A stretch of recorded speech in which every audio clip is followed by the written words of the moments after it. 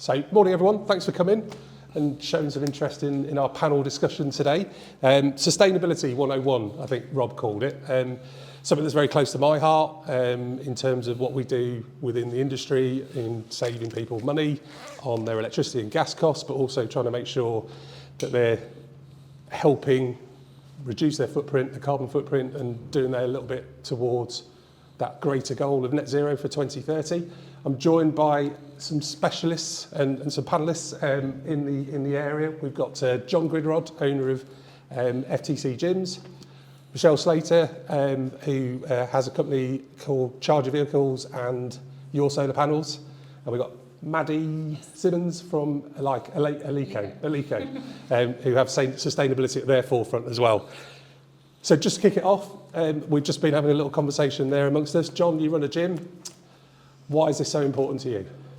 Well, it's just about reducing costs throughout the whole year and while we're operating. So anything we can reduce down that allows us to spend money elsewhere and remain sustainable. But also, I've got a child, and as everybody else has, and obviously being green is a big thing now. So, you know, one of the ways we can differentiate ourselves from the other gyms is by being sustainable and green. So we do everything we can. We have solar panels, we have electric vehicles, we have charge points, we have PIRs, we have LED lights, we recycle, we do jog on. Yeah. So we do all of those things to try and be as sustainable as possible, even to the extent that I've now started looking at my manufacturers, how they make their equipment, you know, and what are their sustainability credentials as well. Brilliant. Can we take credit, because you were here in this session amongst the audience last time round? Can we take any of the credit to pushing on to anything? Well, you can do. Jog On was a direct response to the last time I was here, so we've engaged with that. That's been quite popular with our members, and we've sent off a few boxes to be recycled. We were working through the LED and the PIRs, and we were about to do the solar panels. Yeah. That's now happened. We put 156 panels on the roof. Brilliant. We haven't looked at batteries yet because we're going to wait a year to see the feasibility of batteries and whether it be cost effective. Yeah. Also battery size coming down, the cost of batteries, solid state batteries, etc. is going to make a massive difference to the industry. Yeah. And we felt that just having solar during the day would cover most of our needs. And I've just renegotiated our hourly rate and stuff.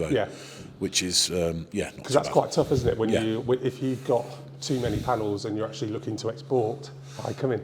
Morning. If you're looking to export back to the grid, if you've got overconsumption, it's quite hard to get the right tariff to then get any money back off that. Yeah, no, absolutely. I mean, we still haven't put a smart meter in yet, so that's the next thing. But I wasn't really bothered about the smart meter at this stage, but we now do that so we can, which I didn't realise that you don't have to export back to your provider with the smart meter. You can export back to anybody. Yeah. Or to the grid as such. So that was interesting to find out. We will go down the smart meter route. That was the only reason we hadn't, was because we were arguing with our provider about the cost and stuff. Yeah. And until and I don't do a direct debit on my energy bill at the moment because they took £10,000 out one time without my permission. Wow. Yeah. So I then cancelled it and now I pay it as I see fit. But pay extra for the privilege. Yeah, pay slightly extra, but I'll be going back onto direct debit. But yeah, there was reasons for doing that. I was making a point to them that they just can't take that kind of money out of your account without asking. And just quickly, how much have you seen a saving yet with the panels? We're not. Well, I'm sure there has been a saving. The big saving is that we're not using any more energy from the grid, but we've got our air conditioning on all the time. You know, that's the thing. And our building is what's the word? The climate isolation. No, it's got the we keep the heat and the cold in. Okay. Insulated. It's insulated. Sorry. So our building's fully insulated, even though it's a warehouse. So we cool through the day. So then we're able to turn off in the evening, and then it stays cold throughout, which is quite cool, really. Sure. So, Michelle, obviously you're the solar panel expert in here as well. Now that the energy prices are starting to drop, are you seeing a difference in return on investments? It's a slightly longer runway to get that return on investment? Yeah, absolutely. I think John's done a good job of explaining why you should have solar. But yeah, absolutely. So energy prices will fluctuate. So whilst they are coming down a little bit, I'm sure they will fluctuate back up at some point. The return on investment does depend on your tariff. So we will quote on the current tariff. Obviously, if you choose a provider to reduce your tariff, then obviously it will be a longer term investment. But generally speaking, on a commercial building, the return on investment is generally anything between 3 and 5 years. Yeah. Yeah. Yeah. And what are there any other benefits? I mean, obviously you're reducing costs. Yep. Are there any other benefits? Yeah, so solar panels have a massive impact on your brand. You know, by going green and having green credentials will really improve your brand values. And the impact of that, not just the financial impact, is the reduction in carbon emissions, as John's just said, which is great for the environment, the UK and the world. It maintains a better future for your kids and your children going forward. And then more importantly, if you think about your business, it will attract more new customers to your business because you've got green credentials, and attract more staff as well. There are lots of people out there that really want to come and work for green companies. Yeah, yeah. And Maddie, I mean, that speaks volumes for Alico, right? Yes. In terms of them putting their sustainability sort of aspirations front and centre on the website, and how does that work with the manufacturer? Manufacturer company, yeah. I mean, we can't avoid that we manufacture products, but we have a saying that we are happy but never satisfied. So there's a continual review of what we use and the materials we use. Everything that we manufacture goes through rigorous testing. So if we look at a better or non-virgin rubber, for example, and it's failing, then it's not sustainable in terms of you're going to have to repeat buy. So there's two edges, like a double-edged sword to look at this. Can I use a greener material, or does that fail? Currently, for example, this one may have failed. So let's stick with what we know, and it's going to last a lifetime instead. So our primary goal is to build things that last a lifetime, and we're not looking at 10 years. We are looking. We've got barbells that are still from the 70s, still going. So it's good to know. But then we are also developing our partners. So our steel manufacturer that does work on our barbells is working on a carbon neutral bar. Right. So this is not that there's no carbon in it made. We've had that question come up. Steel is made of carbon, but it's that their energy sources are all from, brain are all from sort of green sources. Renewables. Thank you very much. Yeah. Renewable sources. Can I just flag up a concern people have with PV panels, because I know the bonus of it, my parents have them on the house, is this the right country for PV panels? And I know that they can still generate when it's not sunny, when the moon's out. So just to sort of encourage that as well, even though we're not in a sunny country, PVs are still successful. Yeah. Just wanted to add. I'm sorry. Can I just give you Yeah. So just to give you an example of that, we obviously you've got 156 panels on yours. We put 340 panels on a tile warehouse. We put them in last November. We're 6 months in. We are reviewing what their usage is and how much they're saving on their energy bill, but also the reduction in the kilowatts. So during October, November, December, it was producing electric to a really reasonable amount. It's flying at the moment because we've got glorious. Well, that's the app. Is that live data, John? Yeah, fabulous. Yeah. You end up just staring at it though, don't you? Yeah, we're getting into the spring and summer months, and it's producing brilliantly. So we are 6 months into that project, and we recommended on the initial project and design that they would save 50% on their energy bill. We're now heading towards 66%. Wow. So going really well. So absolutely right. Yeah, I know it's a big concern for a lot of people, and I know that it does generate still. As a gym owner, I'm not going to ask. Well, yeah, I am going to ask you a question, John. Would you? Because this is the kind of thing that I'm always trying to shout and scream about with renewables. Would you be more inclined to buy from Alico, knowing that they've got their green sort of? No pressure. Oh yeah, exactly. I'm trying to sell for you. It's an interesting thing because when we first started out, you buy what you can afford. It's as simple as that. You to get open, you buy whatever equipment you afford, and that's always my advice to any new gym owner: buy the best that you can afford. Now, if you can afford Alico at the very beginning, great, get it. You know, if you can afford Jamaica, like we're upgrading. I was having this conversation with your staff this morning, actually. And it's something that we do. I believe in buying the best that you can.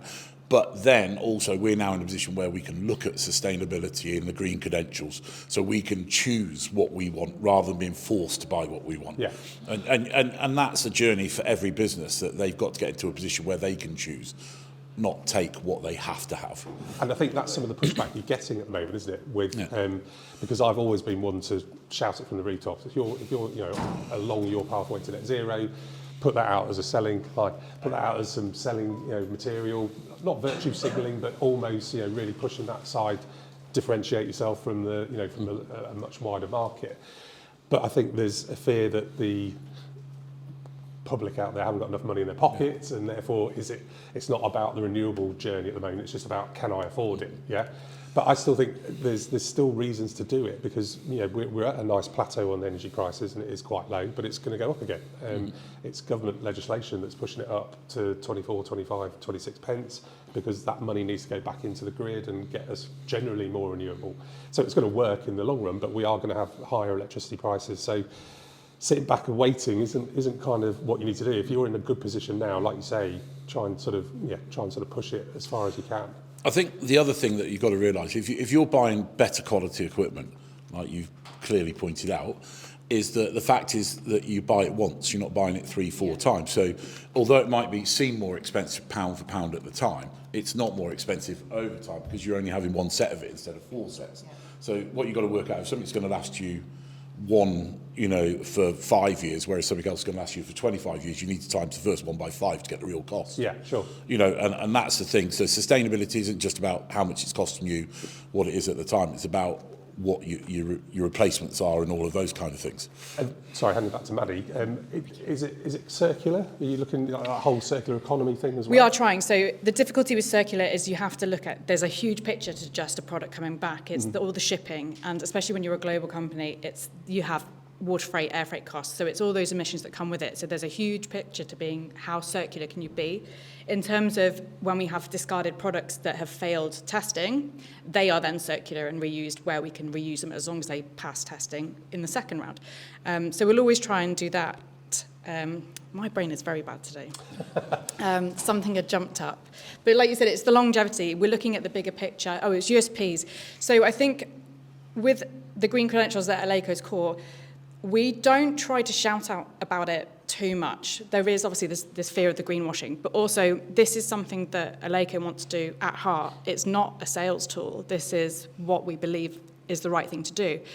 And I think if we can have the discussions and conversations, my dream goal is that it encourages every other company to realise that 25 years down the line, we have to be doing this, and we have to be making these decisions, and we are looking at things like we will no longer, at a customer's wish, do air freight out of principle. You have to wait a few more months, but that's where we want to stand. And these are the decisions that we make through all our processes. We have our own green team, and not only do they look at sort of the emissions of what we produce, but also how our staff feel as well. So there's a whole holistic side to the sustainability of the business. But I think if it can just encourage other people to make better decisions as well, then it's a win across for everybody. So, I mean, that's like scope 2 and 3, isn't it? In terms of, what carbon's going into production, what carbon your staff are using, your customers, your supply 100%. chain, all that kind of stuff. So in terms of a gym owner, that's quite a big piece of work, isn't it? Yeah. And we're just teaming up with a company called Greenly. I don't know if you've come across those guys. So certified B Corp, and it's AI driven. I hate the use of the word, but it's AI driven. And basically what it does is it scrapes your accounting software, so like your Sage or your Xero or your QuickBooks, and it will see an invoice from Alaco, and it will know exactly where it's been shipped from, what that carbon mileage would look like, and therefore what your carbon footprint would look like. But it's really expensive, from a small scale operator. But it's kind of the thing that you need to start thinking about now, because it's probably going to become, there's carbon reporting in the sort of bigger, not the SME sector, but the larger corporate sectors, where they've got to report with their annual accounts what their carbon footprint looks like. So at the moment, I think it's the bar, and we wish we were all there, but the bar's like 250 million turnover or 2,000 staff. You have to start reporting now those scope 2 and 3 carbon emissions. It won't be long before that barrier or that hurdle comes down, because it's got to come down for us to meet our overall goals. And then it comes to, with you guys, your biggest carbon footprint is going to come from how your customers get to your site. charge your vehicle. Oh, it's almost seamless, It's Michelle. seamless. Tell us about charging points, because there's so many different models, there's so many revenue models, Yep. there's so many different barriers and hurdles. What should they be looking for? Yeah, so obviously electric vehicles are the future, really. The government has now set a date by 2035. If you're buying a brand new vehicle, it needs to be electric. I think gyms and the car parks are brilliant for the infrastructure, and that's our issue in the UK, is the infrastructure isn't big enough. You'd have to go to a service station on a motorway and pay above and beyond to charge your car. So we're relying on companies that have large car parking spaces to help their community. And with regards to the benefits to the gym owner, you can publicise that you've got a charging infrastructure in your car park for the use of your clients, but also the community. So what we do is put software in those machines to help you set a tariff on that machine where you will gain a revenue. So, for example, if your business premises tariff is currently 25p, for an example, then we would recommend that you set the tariff for a customer, an EV driver, at 50p. And if they're charging your car, you will cover your bottom line costs, but then you'll generate extra income to your business. So I think there's two things really, is thinking about your business and the income it can deliver, but also supporting your community with regards to an infrastructure. And if your car park is available to the local residents, then, you know, it's a big win in the community. You've got charging points, haven't you? I have, yeah. I've got a charging point. A charging point. Yeah. 8. That's One. Do you use that? I mean, because I've always thought that if you've got a charging point, you'd be on Zappy, right? That's the app that shows you where all the things are. And would you also try and upsell, if you had more and more sort of more points, would you try and upsell a different type of membership model? You know, where they can come and charge for free, but they've got an uplift on their monthlies or annuals. As with everything, there's other factors, and that's what you have to take into account. I don't need anybody else using my car park other than my members. So if I then say that I'm a charging point for everybody, I then get people parking on my thing for an hour, 2 hours, that are not members, that are taking up spaces because we've got limited parking. Yeah. Hence why I didn't go down that route. However, I've got a charge point on the front, and I've got a charge point because I've got an electric vehicle. Yeah. You know, So simple you're as that. part there. So I'm already converted across to the electric vehicle. Yeah. It's in the car park, by the way. If you want to go and have a look. Can't miss it. You can't miss it. It's got that all over it. All right. So, and I went for the electric vehicle for several reasons. It was actually cheaper than the diesel version. The ordering time was much cheaper. When I looked at my mileage for my business, actually, do I do more than 220 miles a day? No, not really. So do I need a vehicle that's capable of doing 600 miles? No. I need something that I can get around town with and that sort of stuff, that I can throw my stuff in from Booker's, you know, bring that back. And occasionally when I do come to things like this, I get my phone out, I go on Google, I find where the stations are, and I plan my journey, and we have a nice coffee, don't we? So that's what we do. I know exactly where I'm going. I've been to France in my electric vehicle. It's not an issue. Yeah. You know, so I have my electric vehicle, and the reason I've got charge point is because I've got my electric vehicle, so it's now free to use. Yeah. So that's the whammy with there. I've got a vehicle that's free to use, tax-free, blah, blah, blah. I also have excess electricity, so if I have a member that's got an electric vehicle and I'm feeling nice and they're low, I'll go, you can charge it for free, crack on. Because we've got a franchise, but yeah, we've got a franchise gym who started off in a similar vein to you. It's got quite a big car park. We had four chargers put in, and I told him about Zappy, and he said, yeah, but I don't want people just parking up. But what he actually found was people were stopping. He's got a travel lodge quite close to him on the same retail park, and what he was finding was sales guys who might be travelling, staying overnight at the travel lodge, would then charge his vehicle, but instead of saying, well, look, you need to pay for your charging, he'd sell them a day pass, and they'd actually then start, you know, work out in the gym. You know, and he's got instead of 50p a kilowatt hour, he's actually got a £15 day pass out of it. So he's actually seeing it that way, and actually attracting some new folk that wouldn't be there. I'm not saying returning, but you know, a day pass is a day pass, right?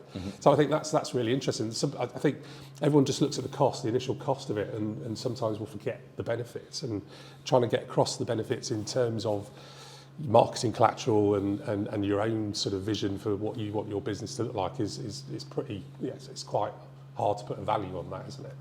I think that whole second and third scope, that's going to be the interesting bit when that starts coming in for the sector, because I think it is such a it's not like a manufacturing process, right, where it's really identifiable and, this is what we do and this is where the raw material comes from and push it through and you've created a widget. It's going to be tough, I think.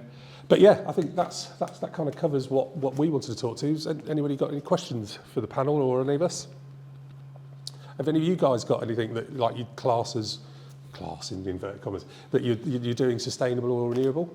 Yeah, we do. We have a sustainability strategy, but we're a supplier in the sector of the education side of it. So we have you were talking about a carbon calculator. We use a company called carbon something. Carbon calculator. Yeah, our carbon. That's it. Our carbon, and they're really good at making sure that we're not greenwashing and they go through our data and things like that. But it's easier for us in terms of our carbon footprint. It's a lot lower. We distribute globally, so we've done some innovation projects to reduce our footprint and things like that. We're working on becoming carbon neutral, but we emphasise a lot on people, and when we're exporting, we work with the local governments as well, what their sustainability plans are and how we can support them in feeding into that. So it's kind of spreading across our culture as well, which is quite. I've got an EV vehicle as well now. I do have to travel more than a few hundred miles, which is nightmare sometimes. But it is kind of spreading amongst our people now, which is good. We're more conscious. Yeah, so ActiveNet as well. Yeah, Active IQ, but aren't you associated with ActiveNet? No. No, so we're the awarding body, so we're regulated Right. by the British government, and we write the qualifications. So anyone coming into the sector, PT, gym instructor, we write the qualifications and then distribute through training providers. Got you. The only reason I said it was because ActiveNet's, was it 2 or 3 ago, they did a full green show, didn't they, where they actually measured the distance travelled and all the delegates and all that kind of stuff and tried to produce a carbon neutral show. It's interesting though. I think it is bleeding in, isn't it? A lot of the gym sector think they're way behind the curve on this as well. Everyone you talk to in the fitness sector thinks, and that could be trusts all the way down. They always think that they're way behind and they're totally carbon illiterate and all that kind of stuff. But actually, the sector's been thinking about it in its own way for quite a while. Yes, it was driven by costs last 2 years, 18 months or whatever. That was a big driver. But you're not that far behind. There's not, some of my hotel clients, restaurant clients, haven't even thought about this yet. They're just battling day to day, and same sort of energy usage and things like that, and the same profiles. So you're way ahead as a sector. Hope they don't know my customers hear this, but yeah, you're way ahead as a sector in terms of your journey down this path. And I think that's driven by suppliers. Hopefully, or if it's not, then hopefully they'll improve. I think the big thing, culture was the right word for me, is starting off with the small changes and don't make it intimidating. And in a small gym, you can make really easy refills, have protein shakes in bags that you scoop people instead of having bottles, things like that. So start off small, change the culture internally and allow that to grow out and allow it to become more of a natural evolution. And then it's less daunting. And then you can look at the PV panels and things like that. So whilst you both sell products, stay with you, Maddie.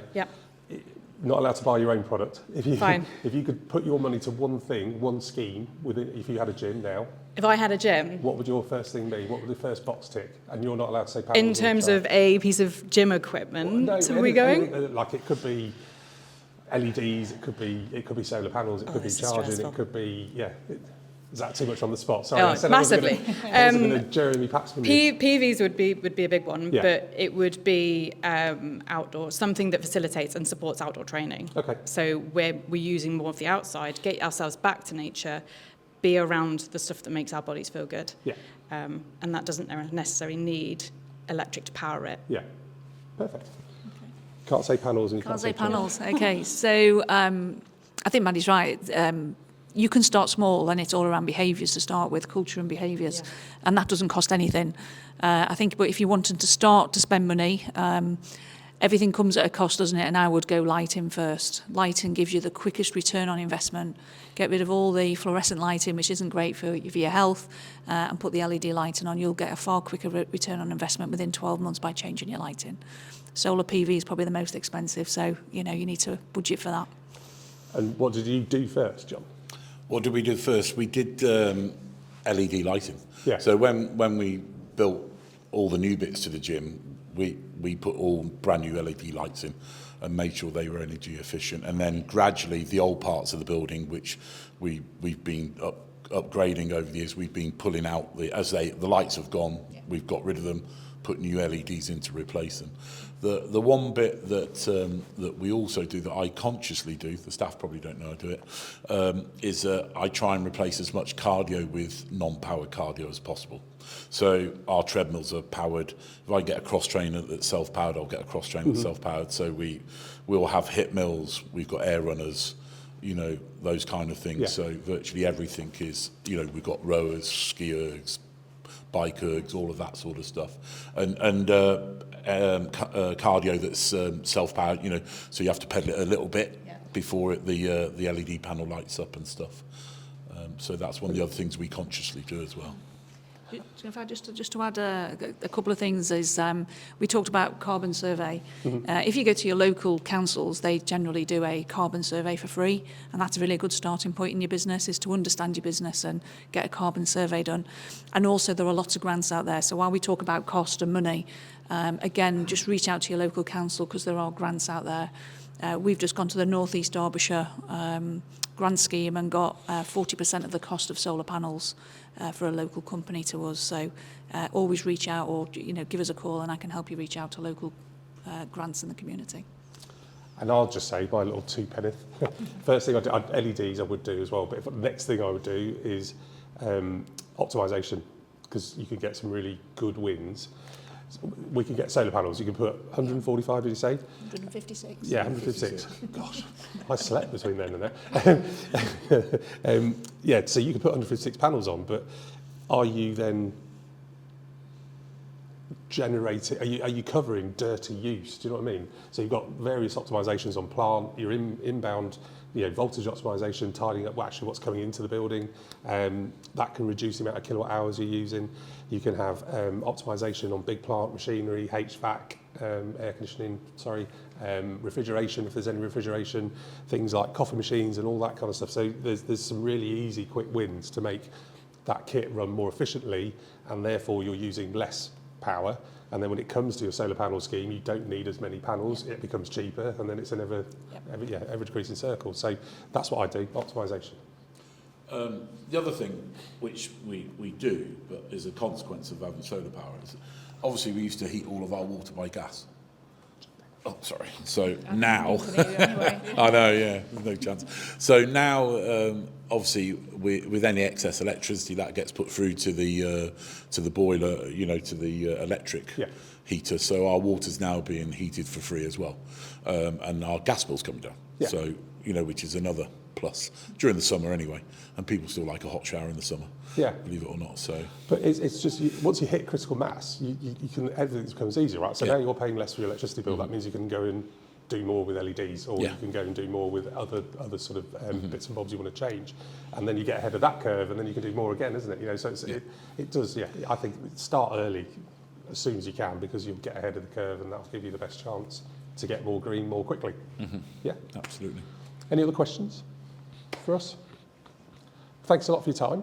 Thank you to you guys. Really appreciate your time and giving up your time to help us. If you need us, we're downstairs on the floor. We are anyway. So come down and have a chat if you want to talk to us about anything else. Great stuff. Thanks, guys. Thank you. Thank you.